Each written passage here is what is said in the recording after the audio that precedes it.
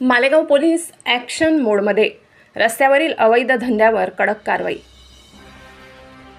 मालेगाव शहरातील काही भागांमध्ये बेकायदेशीरपणे चालणाऱ्या धंद्यावर मालेगाव पोलिसांनी कडक कारवाई केली।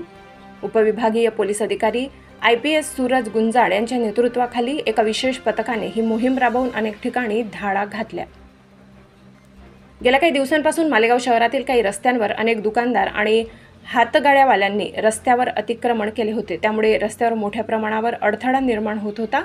या व्यतिरिक्त काही दुकानदारांनी तडीरामांना रस्त्यावरच दारू पिण्याची मुभा दिली होती, ज्यामुळे कायदा आणि सुव्यवस्था बिघडण्याची शक्यता होती।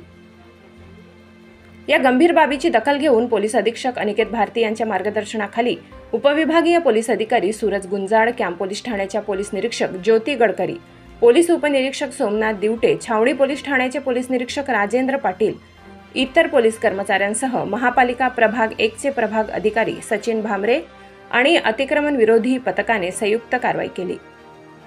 या कारवाई दरम्यान रस्त्यावर अतिक्रमण करणाऱ्या अनेक दुकानदार आणि हातगाड्यांवर कारवाई करण्यात आली।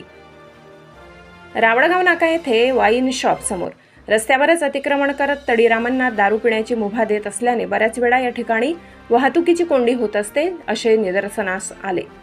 त्या टपरीधारकांवर कारवाई करण्यात आली। अशाच प्रकार सांडवा पूल जवळ सुरू होता। पोलीस व महापालिकेच्या अतिक्रमण विभागाच्या कर्मचाऱ्यांनी हे अतिक्रमण रस्त्यावरून हटवले।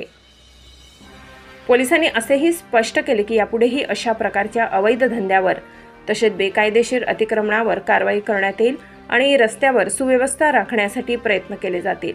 नागरिकांनी पोलिसांनी केलेल्या या कारवाईचे स्वागत केले आहे आणि शहरात शांतता आणि सुव्यवस्था राखण्यासाठी पोलिसांचे हे पाऊल नक्कीच कौतुकास्पद असल्याचे बोलून दाखवले। वृत्तसंकलन विभाग, गर्जना न्यूज, मालेगाव।